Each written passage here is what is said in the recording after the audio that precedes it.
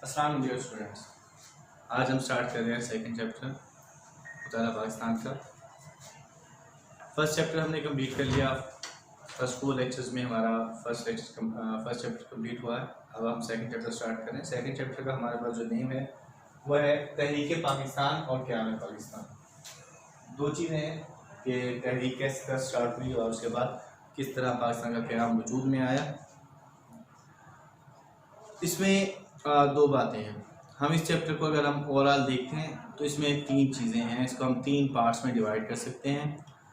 जो बच्चे first time पढ़ रहे हैं उनके लिए तो कोई मुश्किल बात नहीं है, लेकिन जिन बच्चों ने ओल्ड बुक पढ़ी हुई है उनके लिए थोड़ा सा मैं बताना चाहूँगा कि बच्चे इस चैप्टर के अंदर जो आपकी ओल्ड बुक के अंदर सेकेंड चैप्टर और 4th चैप्टर था उन दोनों को कंबाइन कर दिया गया। चैप्टर 2 और चैप्टर 4 दोनों को कंबाइन करके एक चैप्टर बना दिया गया है और वो है आपका ये सेकंड चैप्टर, जिसमें तहरीक पाकिस्तान और क़याम पाकिस्तान है, जो कि हमारे पास पहले 2 चैप्टर्स हुआ करते थे, अभी एक ही चैप्टर है। हम इस चैप्टर को 3 हिस्सों में डिवाइड करते हैं। पहला हिस्सा इसमें आता है 1857 से 1940 तक। 1857 से 1940 तक जो तहरीकें शुरू की गई, जो मराइल तय किए गए, उसको हम डिस्कस करेंगे। दूसरा पार्ट इसका है 1940 से 1947। इसके अंदर क़ायद आज़म रहमतुल्लाह अलैह की जो है ज़ेरे निगरानी या उनके अंडर काम हुए और इसमें तहरीकें मुख्तलिफ मुज़ाकरात हुए, उसको हम डिस्कस करेंगे। 1940 से 1947 यहाँ पर आएगा 1947 से 1970। 1947 में पाकिस्तान बनने के बाद 1970 तक जो अहम वाक़यात पेश आए, पाकिस्तान का इस्तेहकाम, इब्तदाई मुश्किलात, पाकिस्तान का आइन, हुकूमतें और ये सारी चीज़ें जो भी वर्क हुआ, हम उसको डिस्कस करेंगे। तो ये 3 पार्ट हैं। सबसे पहले हम फर्स्ट पार्ट की बात करते हैं 1857 से 1940। इसको शुरू करने से पहले हमारे पास जो फर्स्ट टॉपिक आता है वो आता है तहरीक पाकिस्तान का पस मंज़र। मुख्तसरन बयान कीजिए, आपका शॉर्ट क्वेश्चन आता है और इसी क्वेश्चन को हम दूसरे अल्फाज में भी लिख सकते हैं। यहाँ पे मुताला पाकिस्तान में जब आप क्वेश्चन सॉल्व करते हैं तो आपको पहले, वैसे तो आप किसी भी सब्जेक्ट को सॉल्व करते हैं उसमें ये होता है कि आपने पहले क्वेश्चन को समझना होता है कि उसमें पूछा क्या जा रहा है, उसके बाद आप उसको आंसर देते हैं। तो यहाँ तक तहरीक पाकिस्तान का पस मंजर मुख्तसरन बयान कीजिए, अगर ये क्वेश्चन आता है तो भी आपका सेम आंसर रहेगा। और अगर ये रहेगा कि बड़े सगीर में मुसलमानों की आमद और अहयाए इस्लाम की कोशिशें, अब देखें, देखने में ये 2 मुख्तलिफ सवाल लग रहे हैं लेकिन ये एक ही क्वेश्चन है। ये एक ही क्वेश्चन है और इसका आंसर क्या है, अब हम आंसर की तरफ आते हैं कि 712 ईस्वी में मोहम्मद बिन कासिम की फतह सिंध से बरसगीर जनूबी एशिया में मुसलमानों की आमद शुरू हुई। मुसलमान कब एशिया में, जनूबी एशिया में आए? 712 में। और ये इसकी इब्तदा किस तरह से हुई? मोहम्मद बिन कासिम की सिंध में आमद से। 1707 में ये डेट्स हैं, इनको हम राइट कर लेंगे कि 712 में मोहम्मद बिन कासिम आए।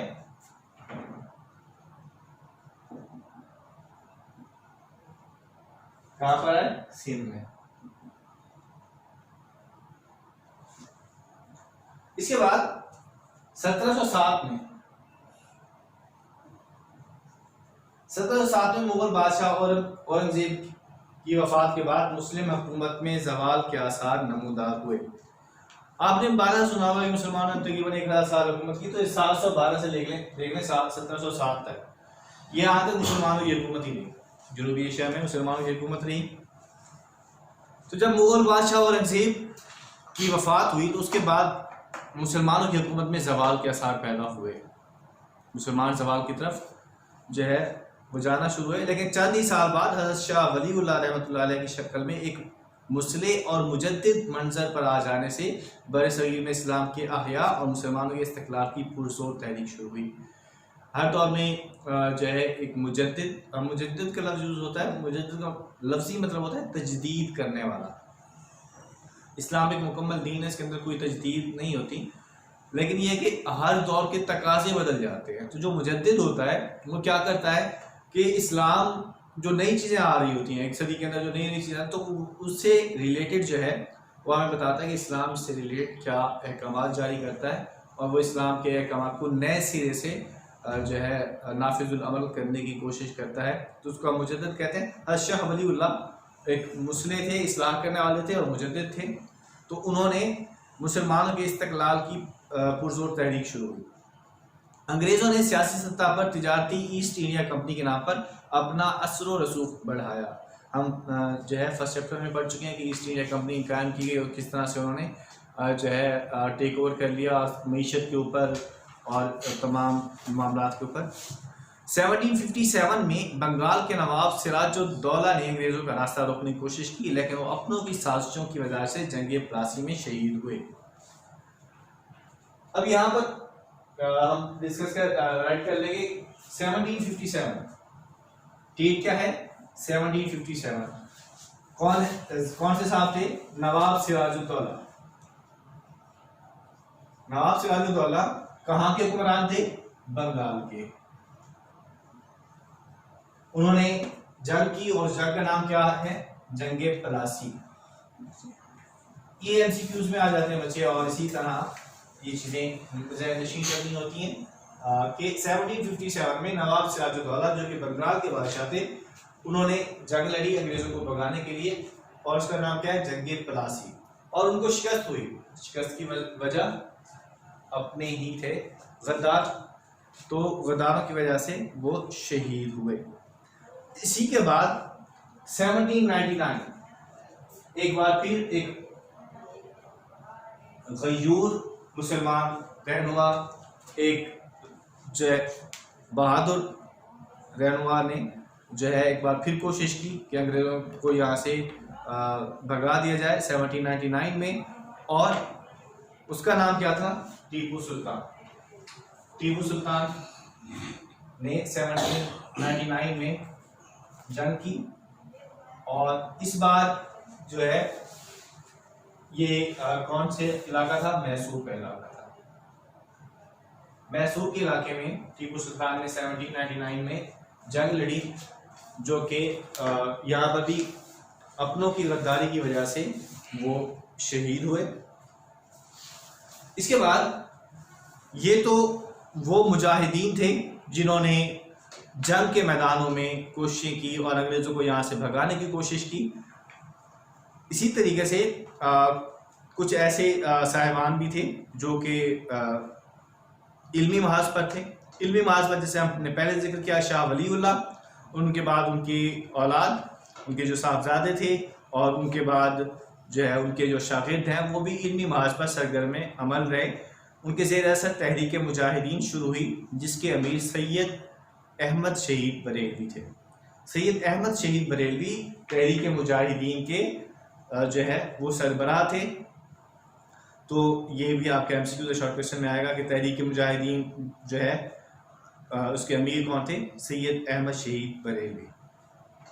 1831 में सैयद अहमद शहीद और सैयद इस्माइल शहीद बालाकोट में सिखों का मुकाबला करते हुए शहीद हुए। ये कब की बात है? 1831। 1831 में सैयद अहमद शहीद बरेलवी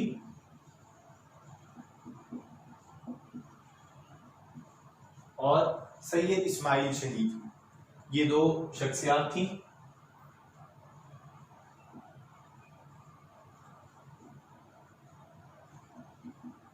इन्होंने किसका मुकाबला किया? सिखों का, और सिखों का मुकाबला करते हुए शहीद हुए। तो इस तरह से अस्करी सतह पर, अस्करी यानी फौजी सतह पर आया इस्लाम की जो कोशिशें थी वो नाकाम हो गई कि इस्लाम को नाफिज करने की जो कोशिशें थी वो नाकाम हो गई। तरबियती मैदान में इस तहरीक के असरात की वजह से बंगाल में फ़राइज़ी तहरीक नुमाया हुई जिसका बुनियादी मकसद मुसलमानों को फ़राइज़ की अदायगी और दावत व तलकीन था। अमर बिल मारूफ व नही अनिल मुनकर के नेकी का हुक्म देना और बुराइयों से रोकना, फ़राइज़ की अदायगी के लिए कॉल करना। बंगाल में कौन सी तहरीक शुरू हुई? फ़राइज़ी तहरीक, और इसका मकसद क्या था? फ़राइज़ की अदायगी और दावत व तलकीन था। 1857 की जंग आज़ादी भी मुसलमानों के सियासी आहया और इस्तक़लाल की एक कोशिश थी। तो यहाँ तक आपका ये शॉर्ट क्वेश्चन आता है कि तहरीक पाकिस्तान का पस मंज़र मुख्तसरन बयान कीजिए। इसमें हमने कुछ शख्सियात के नाम पढ़े, 2 जंगें जिसके अंदर हमने इसमें शामिल की। जंग प्लासी 1757 में, जो कि नवाब सिराजुद्दौला जो कि बंगाल के हुक्मरान थे उन्होंने की, जिसमें उनको शिकस्त हुई अपनों की वजह से। इसके बाद 1799 में टीपू सुल्तान ने मैसूर के मकाम पर जंग की जिसमें उन्हें शिकस्त हुई और यहाँ पर भी अपनों की गद्दारी की थी। इसके बाद हमारा नेक्स्ट जो टॉपिक है वह है तहरीक अलीगढ़।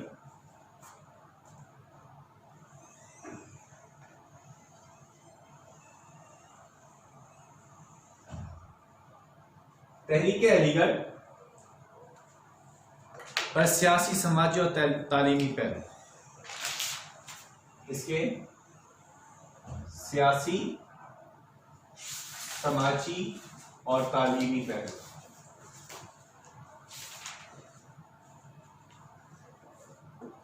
ये आपका एक्सटेंसिव 1 है। एक्सरसाइज के अंदर आपका फर्स्ट लॉन्ग क्वेश्चन है सेकंड चैप्टर का, इसको हम डिस्कस करते हैं।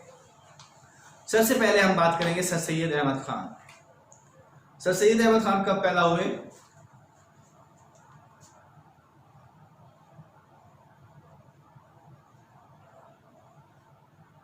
अक्टूबर। कब पैदा हुए? 17 अक्टूबर 1817 में। 1817 किस शहर में? दिल्ली में।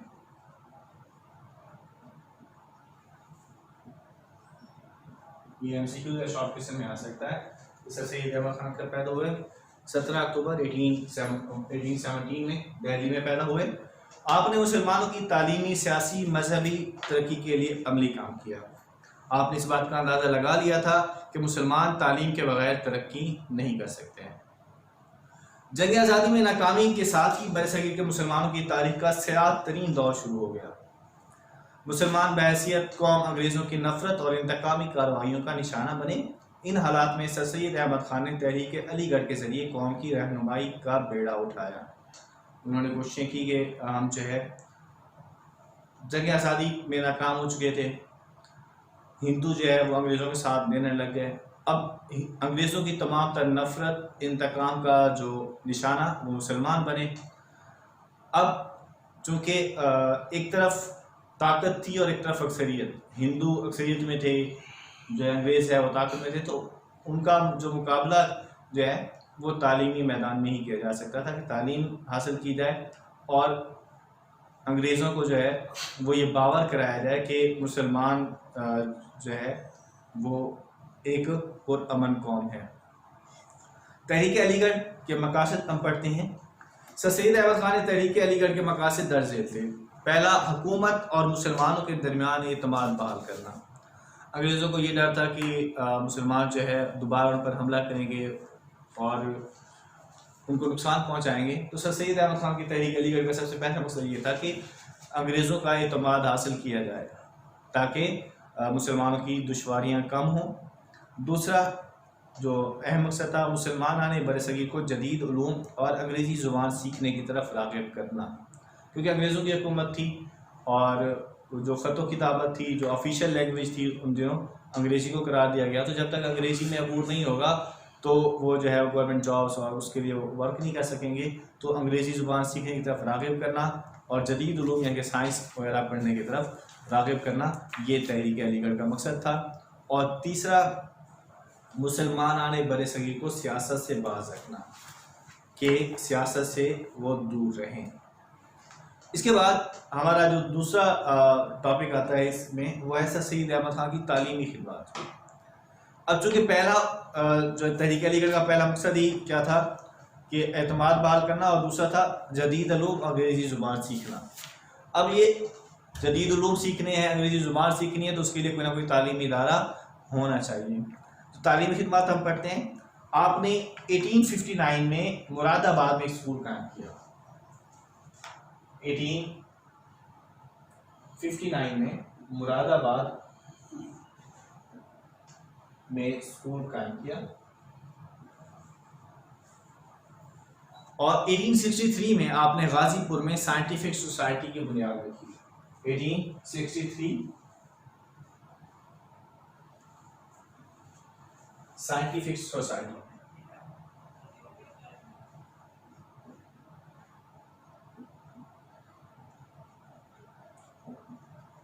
1863 में आपने साइंटिफिक सोसाइटी की बुनियाद रखी। ये कहाँ पर बनाई गई? गाजीपुर में। स्कूल कहाँ पर बनाया गया? मुरादाबाद में। और साइंटिफिक सोसाइटी कहाँ पर बनाई गई? गाजीपुर में।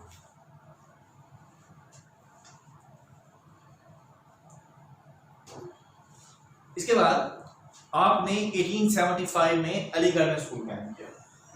1875 अलीगढ़ में स्कूल कायम किया।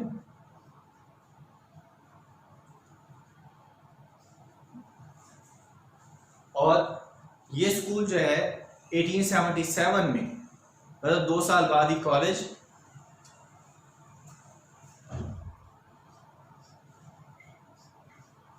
बन गया। 1875 में इसको स्कूल शुरू किया गया, 1877 में ये कॉलेज बन गया और 1920 में ये यूनिवर्सिटी बन गई। अलीगढ़ यूनिवर्सिटी के नाम से बन गया 1920 में ये अलीगढ़ यूनिवर्सिटी के नाम से बन गया। और 20वीं सदी के शुरू में मुसलमानों का जितना भी पढ़ा लिखा तबका है वो इसी तालीमी इदारे का तालीम याफ्ता है। इसके बाद हमारा जो है वो है सर सैयद अहमद खान की सियासी खिदमत। हमने पहले सर सैयद अहमद खान तहरीक अलीगढ़ का इब्तिदा पढ़ी कि तहरीक अलीगढ़ कहाँ से शुरू हुई और उसके अहम मकासद। इसके बाद सर सैयद अहमद खान की तालीमी खिदमत। अब हमारा तीसरा टॉपिक है सर सैयद अहमद खान की सियासी खिदमत। रिसाला असबाब बगावत हिंद भी सर सैयद अहमद खान की अहम सियासी खिदमत थी। इस रिसाले में आपने 1857 की जंग आज़ादी की हकीकी असबाब से अंग्रेज़ हुकूमत को आगाह किया। जंग आज़ादी के बाद सर सैयद अहमद खान की हैसियत सियासी मसीहा से कम न थी। मुसलमानान ने बड़े सगीर के वजूद को कायम रखने के लिए आप आगे बढ़े और अंग्रेज़ों की गलत फहमी दूर करने की कोशिश की। जब भी कोई बगावत होती है तो बगावत के पीछे कुछ न कुछ अवामिल मौजूद होते हैं, कुछ न कुछ वाक़यात होते हैं, कुछ हालात इस तरह से होते हैं जिस पर कोई कौम या कोई फ़र्द बागी बनता है। तो सर सैयद अहमद खान ने बगावत के असबाब लिखे और ये अंग्रेज़ हुकूमत को भेजे गए ताकि उनकी जो गलत फहमियाँ थी, जो मुसलमानों से दुश्मनी और मुसलमानों से के साथ उनका तअस्सुब था, उसको कम किया जा सके और मुसलमानों और अंग्रेज़ हुकूमत के दरमियान जो है वो मामलात को सुलझाया जा सके। तो इस हकीकत को सामने रखते हुए आपने रिसाला असबाब बगावत हिंद लिखा और यहाँ पर एक लफ्ज़ यूज़ किया गया मसीहा। मसीहा कहते हैं, मसीह वैसे हज़रत ईसा अलैहिस्सलाम का लक़ब है जो बीमारों को शिफा देते थे और मसीहा का लफ्ज़ एक्चुअली डॉक्टरों के लिए इस्तेमाल किया जाता है कि मसीहा। तो सियासी मसीहा जिन्होंने सियासत में जो है सियासत को ज़िंदगी बख्शी, सियासी मसाइल को हल किया। तो आपने मुसलमान ने बरसगीर के वजूद को कायम रखने के लिए आगे बढ़े और अंग्रेज़ों की गलत फहमी दूर करने की कोशिश की। दूसरा पॉइंट है कि सर सैयद अहमद खान सियासी तौर पर मुसलमानों को कमज़ोर समझते थे, इसलिए उन्होंने 1885 में कायम होने वाली इंडियन नेशनल कांग्रेस में मुसलमानों को शामिल होने से रोका। उन्होंने मुसलमानों को तालीम की तरफ तवज्जो देने के लिए कहा ताकि मुसलमान पहले तालीम हासिल करें और फिर सियासत में हिस्सा लें। हमने पीछे भी पढ़ा कि तहरीक अलीगढ़ का जो तीसरा मकसद था वो है मुसलमान बरसगीर को सियासत से बाहर रखना। तो सियासत से बाहर रखने का मकसद ये नहीं था कि सियासत से आउट हो जाए, बल्कि सर सैयद अहमद खान का जो मौक़िफ़ था वो ये था कि मुसलमान बरसगीर जो है वो पहले जो है इल्म तालीम हासिल करें, तालीमी तौर पर बालिग हो जाएं, उसके बाद वो सियासत में हिस्सा लें। तो 1885 में जब इंडियन नेशनल कांग्रेस बनी, या आपका MCQ भी है कि इंडियन नेशनल कांग्रेस का वजूद में आई 1885 में, तो उस वक्त जो है आपने मुसलमानों को मना किया कि आप लोग इंडियन नेशनल कांग्रेस की रुकनीत ना लें। इसके बाद है समाजी खिदमत। सर सैयद अहमद खान के कारनामे उनकी ज़िंदगी तक महदूद ना थे, बल्कि उन्होंने ऐसी तहरीक शुरू की जिसने उनकी वफ़ात के बाद भी कौमी खिदमत का काम जारी रखा। सर सैयद अहमद खान ने तहरीक अलीगढ़ के ज़रिए मुसलमानों को एक लड़ी में पिरो दिया। एक लड़ी में पिरोना हम पीछे भी पढ़ चुके हैं फर्स्ट चैप्टर में, एक लड़ी में पिरोना, एक साथ रखना, जिससे मुसलमानों के जुदागाना तशख़्ख़ुस की तश्कील हुई। तशख़्ख़ुस कहा जाता है पहचान को, तश्कील शक्ल देना, मुकम्मल करना किसी चीज़ को। मुसलमानों की जुदागाना तशफ़्फ़ुस की तश्कील हुई कि मुसलमानों की अपनी अलग पहचान कायम हुई। सर से पहले सर सैयद ने ही मुसलमानों को अलग कौम करार दिया। यह पीछे भी बढ़ चुके हैं कि सबसे पहले आपने 1867 में उर्दू हिंदी तनाज़े की बिना पर बनारस में जो है मुसलमानों को एक अलग कौम कहा था। तो उसके बाद से फिर जो है हमने मज़ीद मौलाना जमालुद्दीन अफ़गानी और दीगर के नाम पढ़े कि उन्होंने भी ये बात की थी। तो ये यहाँ तक आपका फर्स्ट एक्सटेंसिव कंप्लीट होता है। हमने शुरू में जो पहला पढ़ा था वो तहरीक भाषा का कुछ समझा, वो एक शॉर्ट क्वेश्चन है। उसके बाद हमने जो है तहरीक अलीगढ़ की सियासी, समाजी और तालीमी पहलू ये हमने पढ़े सर सैयद अहमद खां के। यहाँ तक आपका एक्सटेंसिव 1 कंप्लीट होता है। इसके बाद हम दूसरा टॉपिक शुरू करते हैं, वो है तकसीम बंगाल। बंगाल यानी कि बांग्लादेश।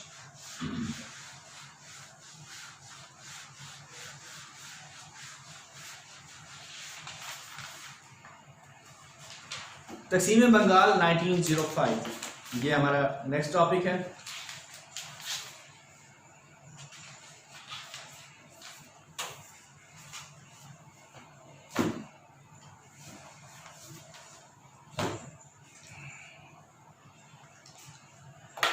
बरतानवी हिंद में बंगाल का सूबा आबादी और रकबे के लिहाज से दीगर तमाम सूबों से बड़ा था।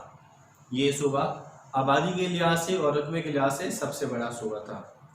यहाँ का इक़्तिसादी और माशी निज़ाम मुकम्मल तौर पर हिंदुओं के कंट्रोल में था। 1905 में जिस वक्त लॉर्ड कर्जन हिंदुस्तान के वायसराय थे, उनकी सिफारिश पर बरतानवी पार्लियामेंट ने इंतज़ामी सहूलत के पेश नज़र बंगाल को 2 हिस्सों में तकसीम कर दिया।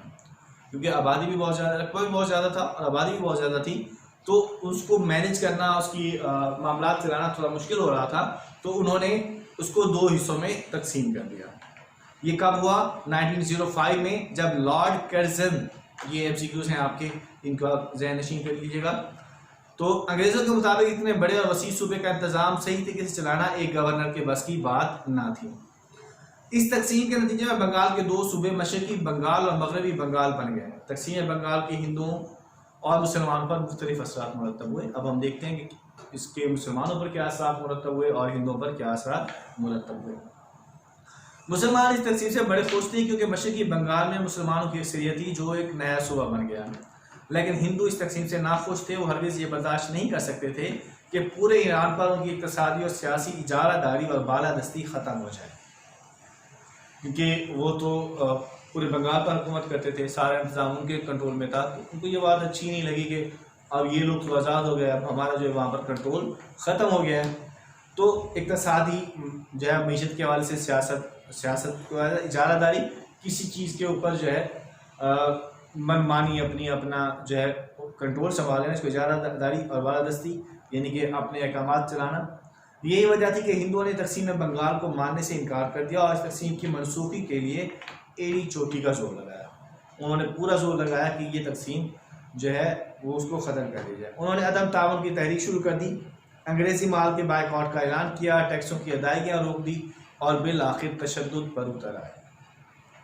इन हालात में आखिरकार अंग्रेज़ हुकूमत ने घुटने टेक दिए और 1911 में जो है बंगाल की तकसीम मनसूख कर दी। इस मनसूखी से मुसलमानों को सख्त सदमा पहुंचा। 1905 में हुई और 1911 में जो है इसको मनसूख कर दिया गया, जिससे मुसलमानों को सख्त सदमा पहुंचा। मुसलमानों ने जो है अब यहाँ से सोचना शुरू कर दिया कि हिंदू जो है वो मुसलमानों के हक में कभी नहीं हो सकते। तो आज के टॉपिक के लिए इतना ही। आज हमने 2 शॉर्ट क्वेश्चन और एक लॉन्ग क्वेश्चन पढ़ा है सेकंड चैप्टर में, कि अभी हमारा जो है इसका फर्स्ट यूनिट चल रहा है, पहला हिस्सा 1857 से 1940 वाला। तो मज़ीद फिर हम इंशाल्लाह नेक्स्ट लेक्चर में पढ़ेंगे। इससे रिलेटेड कोई कन्फ्यूजन हो, कोई मसाइल हो, तो आप जो है वो रब्ता कर सकते हैं। और इन ये जो डेट्स हैं बच्चे, इनको आप लाजमी ज़हन नशीन कर लेंगे, डेट्स और नेम्स, क्योंकि डेट्स और नेम्स के बगैर डेट्स और नेम्स को हम आप फैक्ट्स एंड फिगर्स भी कह सकते हैं। फैक्ट्स एंड फिगर्स के बगैर जो है अगर आप कोई भी बात करते हैं, कोई भी थ्योरी पेश करते हैं, तो वो एक जो है हवाई किले की तरह मालूम होते हैं कि ऐसे ही बस अपनी तरफ से कुछ उसके मार्क्स नहीं मिलते। अगर आपने मार्क्स लेने हैं तो उसके लिए आपको डेट्स और जो नेम्स हैं ये आपको लाजमी जो है ज़हन नशीन होने चाहिए। तो आज के लिए इतना ही। अल्लाह हाफ़िज़।